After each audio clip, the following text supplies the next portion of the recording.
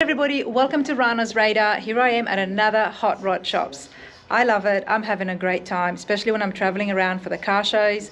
I like to stop by, especially when the name is very well known. I'm here at Hot Rod Garage with Jason Smith. Right. Hi, how are you doing? I'm good. Thank you so much for meeting with me. Oh, our pleasure. We'd love to have you here.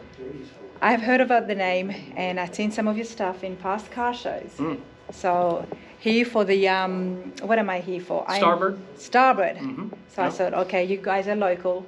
Right. I need to check this out and meet you officially as well. Yeah, super. I'm glad you did. We've been doing it a long time, so you probably heard of us at some point. We've been around for a while. Absolutely. Well, we're definitely going to have a look and tour the shop, but tell me a little bit about yourself. How did you get started? So this has been my life. My dad was a hot rodder, and so I grew up in it. And then as I kind of always wanted to do this. So even as a young child, like I have papers where I had done a little assignment of what do you want to do when you grow up, and it was like I want to build hot rods, I want to have a race shop, I want to do things like that. And so it's kind of always been on my mind. And then growing up around it, so got out of school, worked in the automotive industry, but not hot rods. Just kind of getting started in a career, if you will. And then after Shelly and I were married and a few years of working just in the general automotive scene, I decided it was time to open up a business. So we did that, and my dad ended up partnering with us, and they were empty nesters, and he was in the insurance business and kind of tired of that. So him and my mom moved up here, and we partnered, and then we opened Hot Rod Garage in 1997.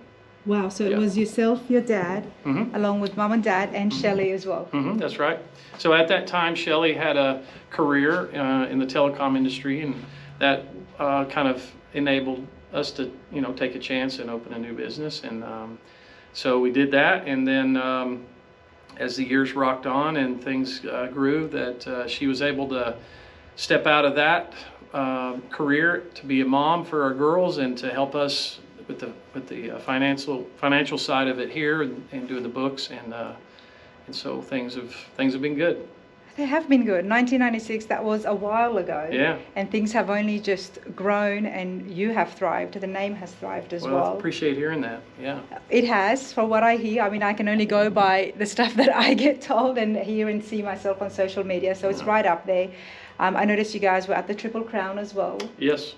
Yeah, so wonderful show. You got one of the Builder's Choice Awards. I did. Tell us about that. What did you have first at the Triple Crown, and then what did you get awarded? So we built a '63 split window Corvette, and you'll see the car. It's up in the front building. We had a great year with that car, and so we decided after hearing about the show Triple Crown, and we got an invitation kind of from Gary and Bobby. We decided, what, we better go to that. Sounds fantastic. And the quality of the cars and the people that showed up was amazing. So we showed up there. We ended up getting top 10 with the car, but then we also received Big Oak Garage's celebrity pick, which is fantastic, from Will Posey. And then we also received Chip Foose's design award. Wow, which was mind blower. And so got to meet Chip. He went over the car, was very complimentary, and up there on our shelf we've got the billet aluminum pencil. And you've got the pencil here. Yeah, for sure. I absolutely love that and award. I've got my tree stump from Big Oak Garage, and then we've got our beautiful trophy from the Triple Crown folks as well. Well, congratulations. Yeah, thank you. Better late than never. I didn't get a chance to meet up with you because there was a lot happening at the Triple Crown, everyone. But I'm so glad you've got the '63 Vet here now. Yep, it's here. Definitely going to have a look at that. There's stuff in here I want to have a quick walk through. Sure. But before this, I mean, we've just been having a good chat before the cameras got turned on about gathering at the Rock. Yep. That is huge, and I've noticed a few things around, and tell me about Gathering at the Rock. Well, so that's a show that we started.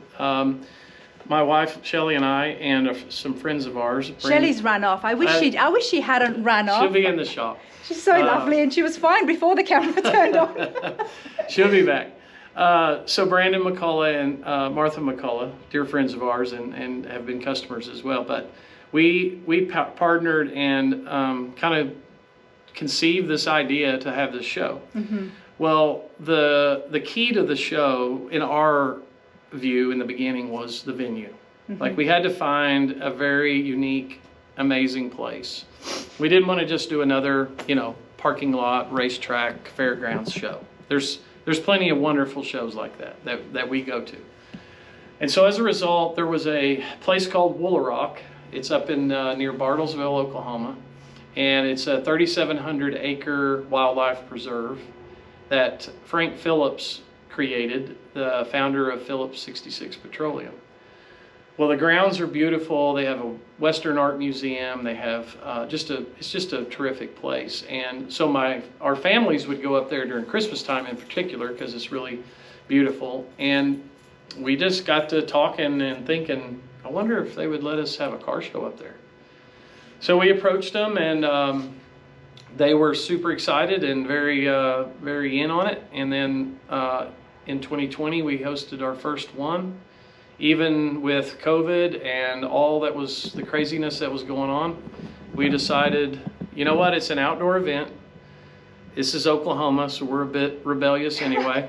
I love it. You've moved on with it. You moved on with it. Good for you. And so we said, we're going to do this. Woolarock said, we're open, have at it.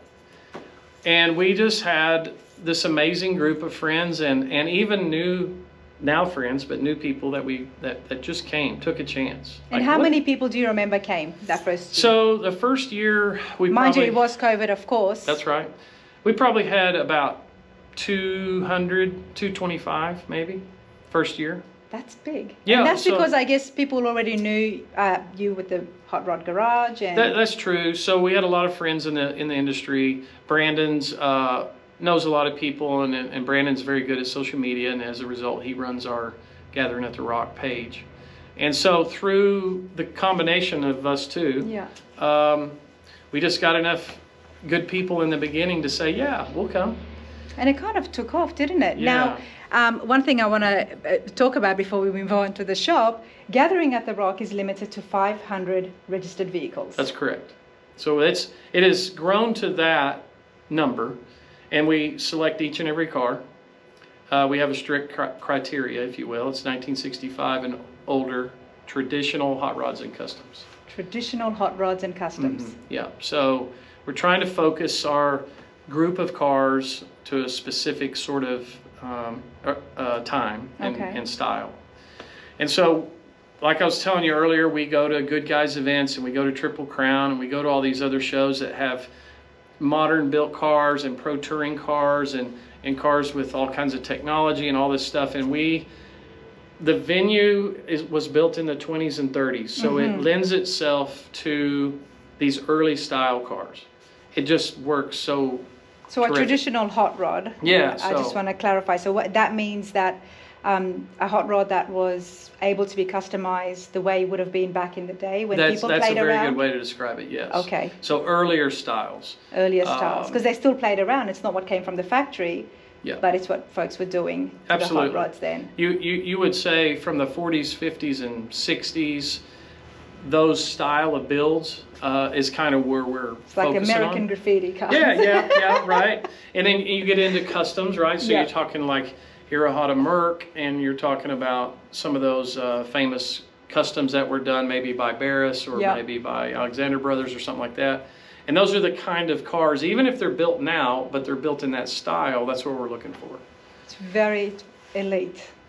Kind of. We want to say that without sounding too uppity, but I mean it is. I've been seeing the pictures. So. But we're just trying to be specific in what kind of event we're having. Okay. We welcome everybody to come. We want everybody to come enjoy it.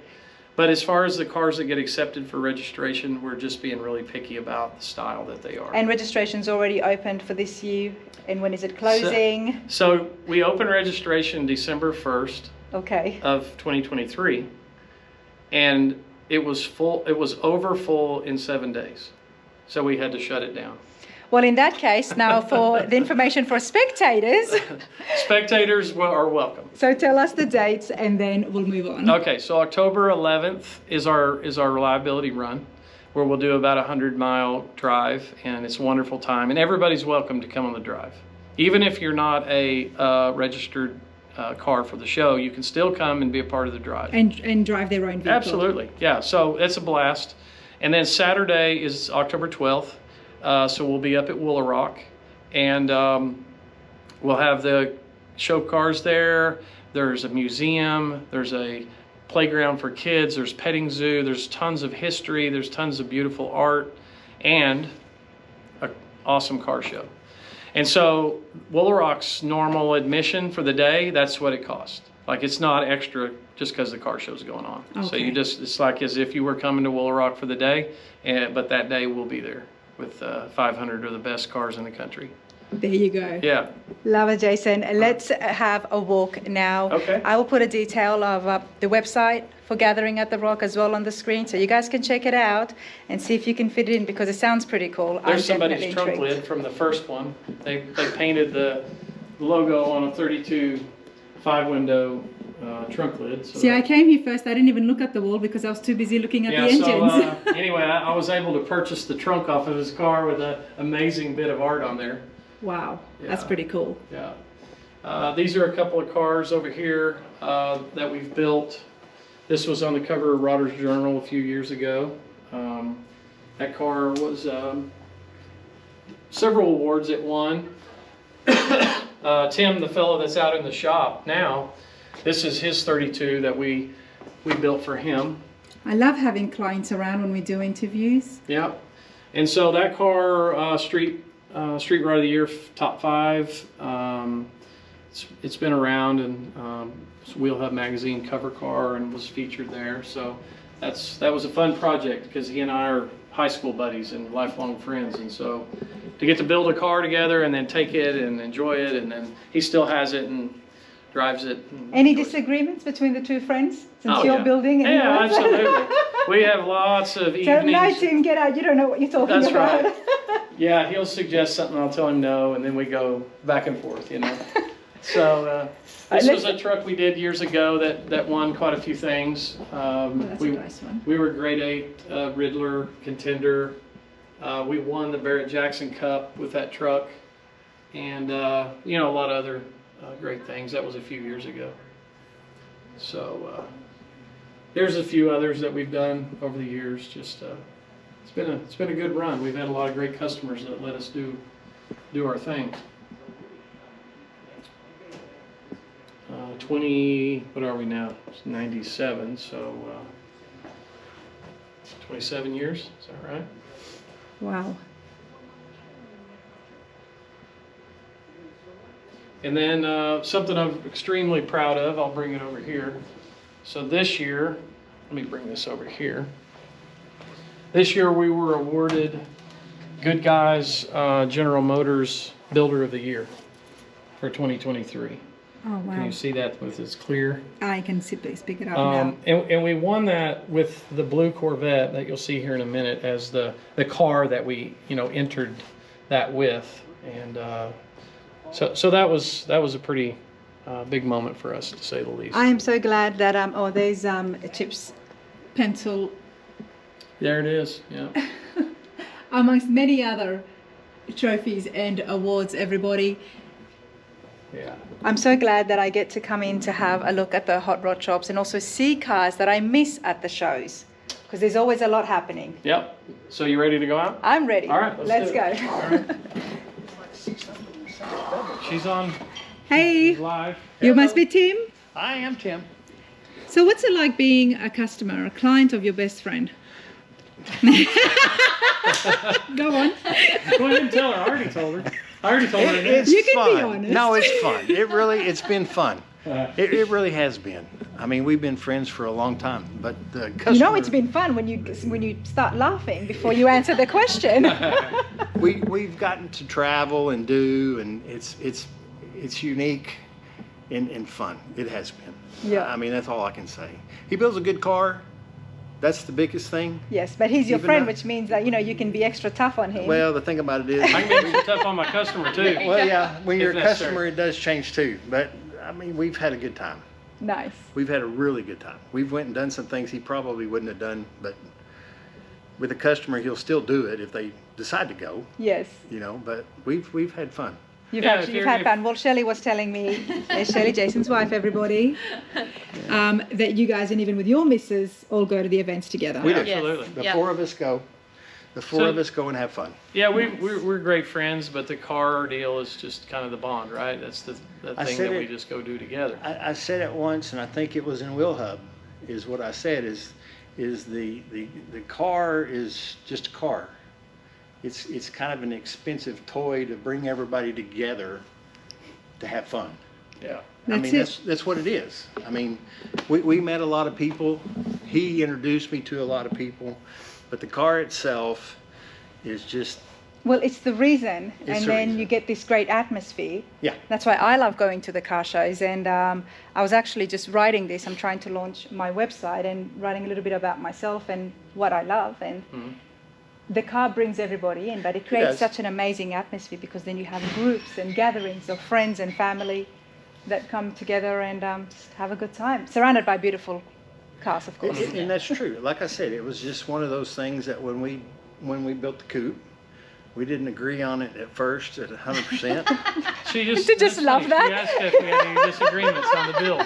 Now it's coming out. Yeah, yeah. and it was Those fun. were the evening, like on my drive home talks, right? So we'd say, hash it out. You know? Yeah, he always calls. He goes, I need a vent. What's it about? Well, we need to talk about your car. And I said, well, that's not venting. That's a different way to vent because it's my car.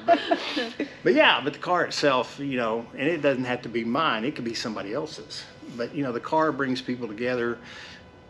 But the friendships that we made Yeah, with for the sure. little green car Yeah. was huge. And you know, and it's kept on and on and on and. And that's a the fun key part of the gathering at the Rock. Yeah, well, it is That's huge. A huge part of that. Yeah. You know, this year we showcase or we feature a registered car on our social media page every week, and we've changed the title of that from, you know, we used to say like featured registration. Now we call it the family photo album. Oh, Family wow. photo. So it's just trying to create that sort of feel, Yeah. like family reunion It's sort a of different feel or whatever. atmosphere. The Rock is a total different atmosphere than anybody that comes will tell you that. Yeah. It goes back to where when we first didn't have cars, Yeah, when we were When little, we were like small. going to car events. you know, family would go and all that, and it brings back that atmosphere that we grew up in. Yeah. And that's what it is. I mean, it goes way back. I won't say too far back. Little ways. Little ways. Yeah, just try to create that that same kind of atmosphere with our customers in our friendship with them, and then we kind of try to carry that to what's going on at the show. Well, as it's nice. You guys are laughing. You're smiling. And Gathering at the Rock, I've heard about it so many times before, but it's something I do want to check it out. Yep. Here you guys are, people who run it. I'm just traveling through saying I have to check out this hot rod shop, and one Yeah. thing leads to another. Yeah, that's the way it does. usually works, right? But Jason, this is quite a place you've got. Where Thank are we you. standing right now? So this is kind of the main building, and we do fabrication, some mechanical work in this kind of area. And so there's various, you know, sheet metal working equipment, and we've got a CNC plasma, and then we've got kind of machine shop area over here, and you'll see sort of various stages, projects in various Well, stages. why don't we come here and start Yeah. over here? So this car, And we'll let like you I used to, you can chat away, but thank you. Yes, ma'am. This car, I was telling you earlier, we did this car about 15 years ago. It's for a gentleman out of California named Mark Morton. And this car is built in a very early custom style, a very early traditional custom style. There was some other fellows here in Tulsa involved in this car as far as the mechanical and the body, and then I painted it. And so there was a article about this car in Hop Up magazine years ago, and it was kind of called the Tulsa Team. The Tulsa And- team. Tulsa Team. And so it was just a team of guys from this area that we all sort of kicked in on this project. So it's here. He And brought it's a it- Mercury, right? Yeah, 54 Mercury. 54. He had the car brought to go to the rock. And so now we're just kind of keeping it. It's still got bugs on the front from driving it. But we're just doing a few mechanical repairs, some maintenance, and then he'll probably take it home soon. So chopping the top is very popular with the Mercuries, I've noticed. that's right. Why is that? I know, I mean, it looks amazing. Yeah, it's all about the aesthetics, about the looks. So you get the top down. It just gives it a more sort of cool, custom, aggressive look. Yeah. And then of course the car's lowered, and then you know the fender skirts were another popular thing. And chopping the top has something that has been going on. It's a practice that. Yeah. When would it have started? Probably, golly. I know Gene Winfield did it in the early days. Yeah, I would say somewhere probably in the 40s. In the 40s. Yeah, I would say that somewhere started in there, and then very popular in the 50s. And they, chopping hot rods as well as customs. Yes. So both the hot rods, I think that all started back when the guys came back from World War II and were taking their cars to the dry lakes to race them. So they would cut the tops to kind of get the aerodynamic advantage, and it kind of looks cool as well. But I think that's where that sort of all originated way back then. Okay. And then it's just sort of evolved from there. What is this you've got? The project? That's the project, but what is this? Oh, so this is a sheet metal shear. A sheet metal shear, Yeah, okay. so Please you tell can- me. I'll show you how it works. But you can stick a piece of sheet metal in here Okay. to your line, and then you stomp on this, and it cuts it. It's like a paper cutter. Exactly. Paper cutter for metal. But for metal. That's right. Oh, isn't that neat? Okay. Yeah. Is this how everyone would still use it today? I mean, this looks like an oldie. It is an old piece of equipment, but they're so well made that they last for years and years. And so a lot of guys, when they get into a lot of the metalworking equipment, will actually prefer the early equipment if they can find them that's in good shape. I've heard of that. Yeah. So, and that's a simple little sheet metal brake. And so if you put a piece of metal in here and set it, and then when then that would create a 90-degree bend. Oh. Or you could stop and create less than 90. So you can do that. And so you pull this up, and then you can slip your piece of metal in and clamp it down, and then bend a corner on it. So you can make various things that way. I'm silent, which means I'm fascinated. And this thing behind it is a roll, a sheet metal roll. And so you can take a piece of sheet metal and you stick it in these rollers. This is the crank. You can control the tension on it.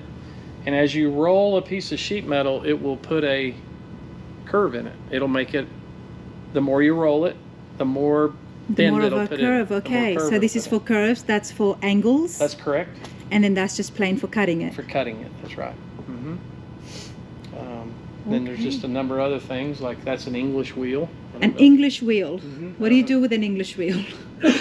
So an English wheel, you place a piece of sheet metal in between these rollers, and as you roll the sheet metal back and forth, and then you change the tension on it, it will start to put a curve in this piece of sheet metal. And you can turn the metal and create a curve in two directions. So you could create a sort of a dome, if you will. Oh. So if you needed to make a piece of metal, like hubcaps? Yeah, or in a larger scale, like the roof on that car right there. See how that roof is curved, yes, front to rear, but also side to side. So that's like a large extreme version. Because of it's car. one piece. Yes, correct. So you could, in theory, you could take a flat piece of sheet metal, and if you knew how to roll it the correct ways, you could begin to shape a piece of metal to look like that. Now, we don't make roofs that often, but yes, you could. But when you're making smaller pieces, custom shaped pieces, and then you have different dies that create a tighter radius or a more gentle radius. And Love so it. I'm not the greatest at running this. There's guys that are amazing at it. But every time you use it, you learn a little bit, and you learn how to do it a little better. Now I know what an English wheel An is, English wheel, everybody. yeah. And how long have you been here at this location? We've been here probably 21 years. 21 So years. quite a while, yeah. We started at a smaller location, and then as things kind of started growing, we had the opportunity and we moved up here. And we've got 4 buildings now, but when we first moved here, we weren't using all 4 buildings, and so we've sort of slowly grown into that. Yeah. Okay, so what mainly happens here again? So we do metal work in here. Mm-hmm. So some of this sheet metal equipment. We do just some mechanical work. Because along with the cars that we build, a car will come in just for a list of, upgrades or improvements or repairs. Yeah. All right, now, Jason, we cannot ignore this. Talk to me. Okay, so this was a gentleman brought this to us, and this was his dream or his vision. He wanted a 57 Chevy panel truck. And so we started in on this. It has a new Art Morrison chassis, and it's been a full ground up build. Let's see, I think I'll have to pop the hood. It's got a supercharged small block Chevy in it. I'll open up the doors, custom door handles. Very neat, I just noticed that. Yeah, we've got a few things out of sorts here, but you can kind of see. Those are shot wheels. And then I can open up the back for you. Oh, they are too. Shot wheels, okay. Wow, check this out, everybody. This is neat. Look at the headliner. Let me try to put my light on now. See if I can pop the hood. We're working on it here and there, so there's a few things. That's beautiful. Here. That is absolutely beautiful, everybody.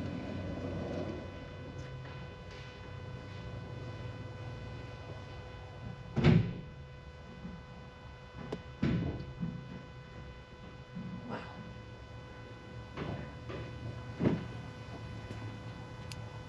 Here's the engine. So it's a 434 cubic inch small block Chevy with a Pro Charger. It's a bit dusty, but it's probably going to make 700 horsepower. We're going to take it and put it on a dyno to tune it. Now, do you think that when this was made for what, delivering milk and... Yeah, delivering things like that. And now it's supercharged. Yeah, it's supercharged, yeah. And it has air ride on it, and you can let it all the way down to the ground. And it's got air conditioning, and it's got seats out of a Mercedes, and it's got all, modern things so they can drive it and enjoy it and be comfortable.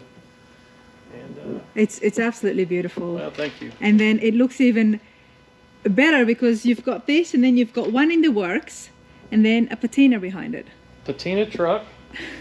So as you have a 72, you may be interested. So this truck is a 71, and although it looks like it does, everything is brand new. Drivetrain, interior, 6-liter LS, air conditioning. So we intentionally did this truck to kind of have a, sleeper look about it, and but it drives and runs wonderfully. I'm very curious to see the inside, but before I do that, there's not too much shine. No shine. There's no shine at all. So how do you keep this rust from growing? Well, so for example, the top, we put a preservative product on it, and then we put a clear coat on the top. So we sort of sealed it. Okay. So it kind of helps slow any progression of the rust. But the sides here? The sides of it, he just washes it and kind of maintains it, and it's literally factory paint. Wow. Yeah, this is original paint on this truck. And so he's had Oh, wow. the inside redone, new seat, new classic instruments, vintage air, new glass, new rubbers, seals, So it's a lot of fun to drive, and it runs really well. But not too much worries on the outside. You can go to Walmart and not worry about the parking lot. Exactly, that's so true. You know, I was just about to say that. You could go anywhere with this and not worry about it getting stolen. Right. That's right. Even though there's a lot of money here, there's a lot of car here. The funny thing about this, our customer that we made this for, he was a bank executive, and the bank gave him a Lexus SUV to drive as a bank vehicle. Okay. But he drove this truck to the bank more than he drove the Lexus. Oh, they would have loved that. Yeah, so he would park this. So he prefers just to drive this truck every day more than a Lexus SUV. Fair enough. Now, Yeah. when I first barged in on you and walked through into your shop, without even knocking on the door, you were out here working away. Yeah. What are you working on? So I was working on that one actually today. So Okay. that's my car. It's a 32 Roadster, and I bought the car from a customer, and I'm making a bunch of changes to it. And so I'm building an exhaust system for it currently. That's what I was working on today. And there'll be a few more things that I'll change as we go. I'd lower it down, but I've kind of got it kind of mocked up there. So I hope to, because this car, I'm not building it from the ground up, I'm just making changes. I'm hoping to have it out this spring, in the summer, and be able to have a hot rod to run around in. And what power plant are you using? So that's a 350, and it's got a 471 blower, and kind of a vintage 60s style is what we're going for on this car. So if you can see the pie crust slicks on the back, and the Halibrand style wheels. A 471 blower on the 350. This is a very small body. That's right. How much power and noise are you going to be making with this? Hopefully a lot. And so, yeah, this car is all about sort of the early drag race style or feel. So we want it to be loud and rowdy and just have a good time with it. So, you know, if a guy needs to do a burnout, we'll be able to do a burnout. And you will be doing a burnout in this? Oh, absolutely. Every chance we get. There you go. Yeah. Let's go see some more finished cars. Okay, let's go up front. The CUDA That's here pretty is about neat. finished. I noticed the CUDA. Yeah, so this would be what you'd call a resto mod, in that the body is, you know, original, but we've updated the suspension and we've updated the brakes, and we've updated, it's got a 5-speed trans, and it's got fuel injection and vintage air. So it truly is almost a stock CUDA in appearance, other than the wheels, but everything else underneath has been modern. It's all modern. Yeah. And so that one's just getting some, you know, test miles and some fine tuning, and it's about ready to go home. Okay. Get it cleaned up and everything. So Okay. this is our paint shop, and so this is our paint booth. And we don't have a full car in here, but we got, as you can see, lots of parts from various projects. So when the car's done in the body shop, it'll come in here for the final prep. And you can see we're doing a couple of surfboards even. It's kind of unusual. First time I see it in the hot rod shop. But Yeah, okay. these are gonna get the graphics and finished, and they'll go to a guy's home in Florida. So there'll be a little more at home there. Nice. And you use PPG for your paints? PPG, yes, we do, and had great results with them. They're a great company. We've got a good tech rep that helps us a lot. But yeah, we've been with PPG for quite some time. Okay. I don't think I don't know if there's anything in the booth. Take a peek. No, not really. There's nothing in there. For people working at home, what would you recommend when it comes to painting? Is it best to do 3-stage or just the 1-stage? Some pros and cons of the different types? Well, so if you're painting, let's say you're painting your frame, or you're painting an engine, or you're painting just parts or pieces for your project, excuse me, a good single stage urethane is a great product. So for example, if you're painting you know, black or red or blue, just a solid color, and you're going to do your engine or you're going to do your parts or pieces. So you can get a single stage, what they call a single stage, and so it has a hardener in it, and it's a shiny, durable paint. If you're painting the exterior of the car, majority of the time it's going to be a base coat, clear coat finish. So that's what these toners here. We have a computer with all the formulas. And is that what people refer to as 3-stage? Well, so a 3-stage is you would have a base color and then like a pearl or a candy coat, okay, and then a clear coat. Okay. So typical paint jobs are 2-stage or a base coat, clear coat finish. Although there is several custom paint jobs that are 3-stage, even 4-stage. Mm-hmm. So, but for all intents and purposes, like most of the factory colors and cars you see running around out on the roads, most of them are 2-stage. So a base coat and then a clear coat. Thank you for clearing that up for me. For sure. Yeah. And so we're able to mix just any of those colors, and then we can create custom colors as well. So if we create a custom color, we will weigh each ingredient that we put in it, and we'll document it on the computer, and that way we can have that forever. And if it ever needed to do a repair later on, we can recreate it. And then this little gizmo right here, this rapid match, if I pull that out, that's a color camera. So I can take this, pull it off here real quick. So I can take this, and if we have a color on one of these cars, well, I'm not going to pull it all out, but if we have a color on one of these cars that we don't know what it is, I can take, that's a PPG color camera, I can set it on the car, and it will take a picture of the paint, and it can identify a formula that will match it. It's So cool. amazing. I had no idea that something could be that small and made for cars. I knew about color matching when it comes to homes, you know. I'm a lady after all. So we take a patch of your wall and they can find the exact right color. Yep.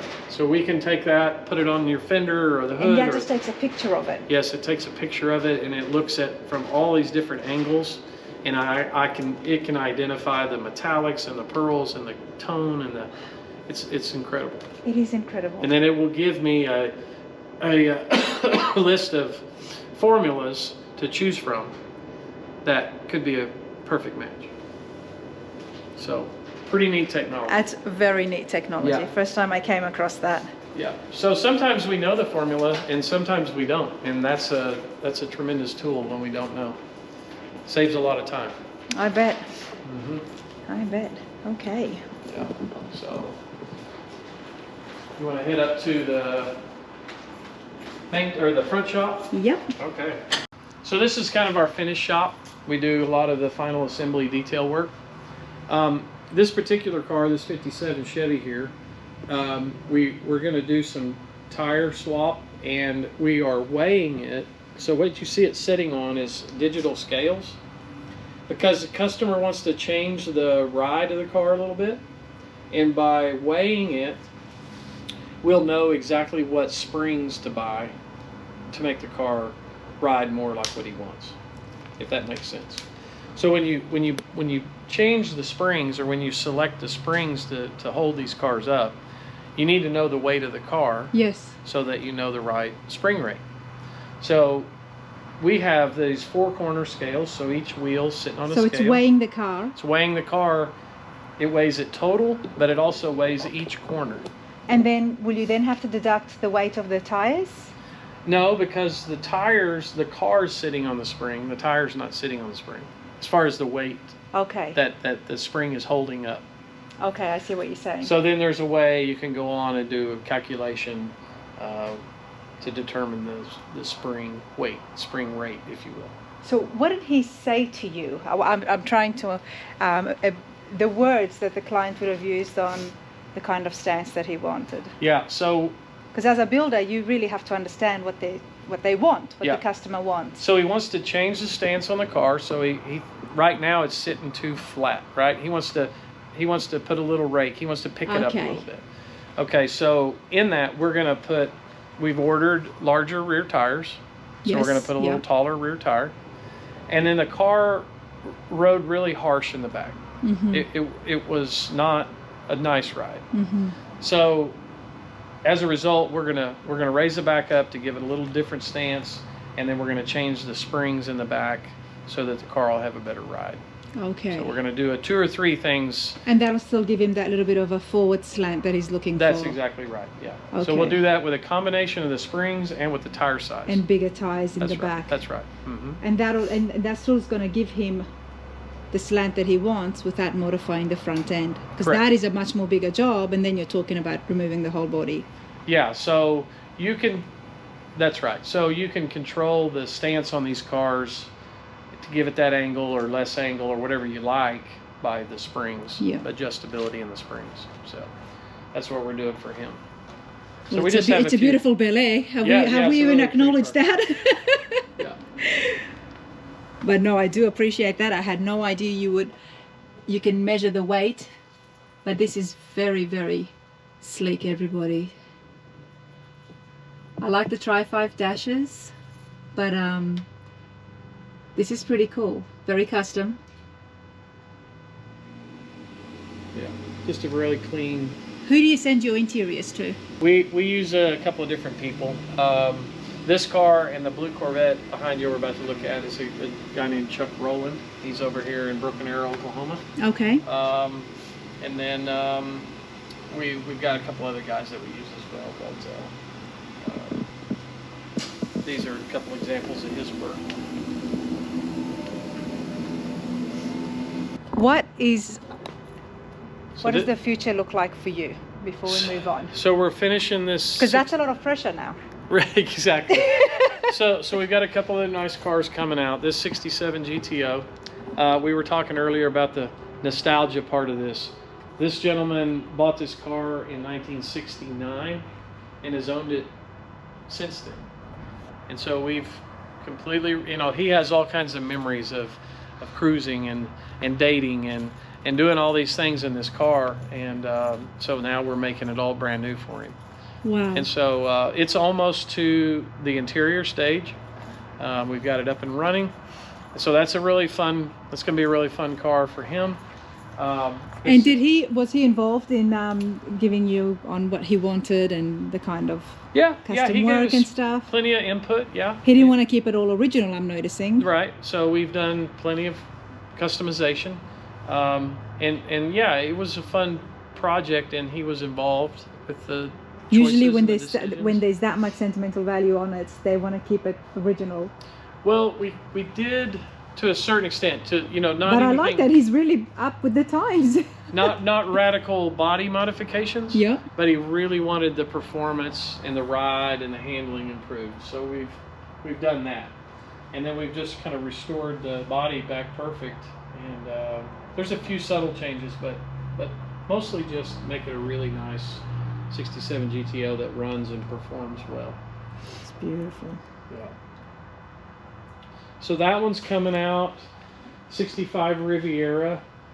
That's it's on air ride. It's up right now. It has a supercharged LSA. We're finishing putting the interior in it, and finishing a bit of paint work for just touch-up work for the hood and this and that. So it'll be a nice road car. How many cars do you think you finish in a year? You've got a lot going on. Yeah, it varies. We got a lot going on, that's for sure. So all these cars are different levels, if you will, and so that'll depend on the level of the car. Of course, like the Corvette cars. was something that was very high. Very high end, end, yeah, for sure. And as was the Bel Air as well. That's right, yeah. Okay, Challenger for starters. What year did you start off with? 70s Challenger. And the first thing we notice is definitely the spoilers here. Custom split spoiler in the back. Beautiful lines here. I'll just open the hood and hold it up. So there's lots of body mods on this car, subtle things. Door's not shut, but we've extended the wheelbase 2 inches and changed the front wheel openings and custom grille and custom front splitter, and Made a car that has such an aggressive stance even more aggressive by bringing that wheel forward. And let's take a look at this. Wow. yep.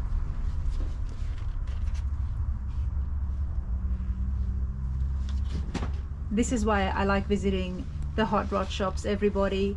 You never know what you're going to see, what you're going to find, and more importantly, what's in the works and soon to come out. Mm-hmm. Beautiful. So this car is getting close. We have just What's going on, Jason? what is that? What is that? That's 1,200 horsepower of Mopar goodness, twin turbo. So this, Hemi? no, it's a small block Mopar. So it's 426 cubic inches now, but it's based off of a 360 small block Mopar. Now this engine was done by Nelson Racing Engines out in California, and so it's Is this two turbos? twin turbos. Twin turbos. Mhm, two turbos there and there. This is called an alien intake, and it kind of has that alien appearance, but it's a beast, to say the least. Oh, what I would give to have this be turned on. Oh my goodness, this is just phenomenal. It'll be out soon enough. You'll get to hear it. Well, Look, it's beautiful. thank you. Along with the door hinges, everything, and the color combination. This is a 1970 Challenger, and for a Challenger you need something that's going to look this aggressive, this ugly, but at the same time so sexy. Okay, I'm going to say it because that's what's going through my mind right now. It is so beautiful. It's just, you can't stop looking at it.